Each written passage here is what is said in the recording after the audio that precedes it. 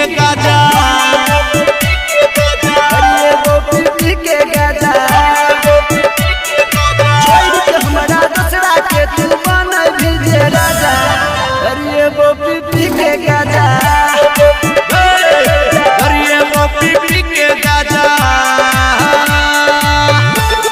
DJ Dayanand दिलदार सरस्वती स्थान कठरा दी toll.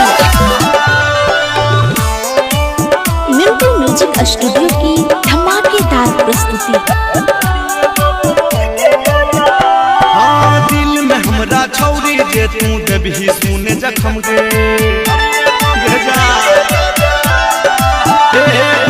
दिल में हमरा छौरी जे तू देवी सुने जखम गे भांग में भर के पीबो गाजा पिटबो तोरा हम गे।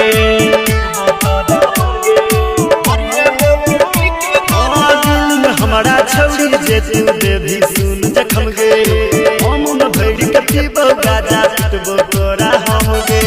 जेना हमरा दै छी छौरी तोरो देब साजा। अरे वो पी के गाजा, अरे वो पी के गाजा। डीजे दयानंद दिलदार सरस्वती स्थान कठरा डी टोल। Mobile number 8092293257। धमाकेदार प्रस्तुति।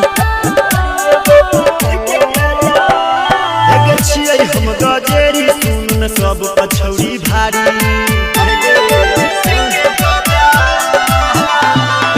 छियै हम गजेरी सुन सब पछौरी भारी।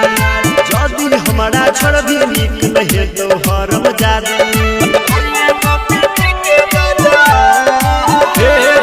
छियै हम गजेरी सुने सब पछौरी भारी। जदी हमरा छोड़बी निक नहीं है तो हरम जादी। कृष्णा मोद सफरोज कहो देबो तोरो साजा। अरे वो पी के गाजा, अरे वो पी के गाजा। मिंटू म्यूजिक स्टूडियो की धमाकेदार प्रस्तुति। अरे वो पी के गाजा।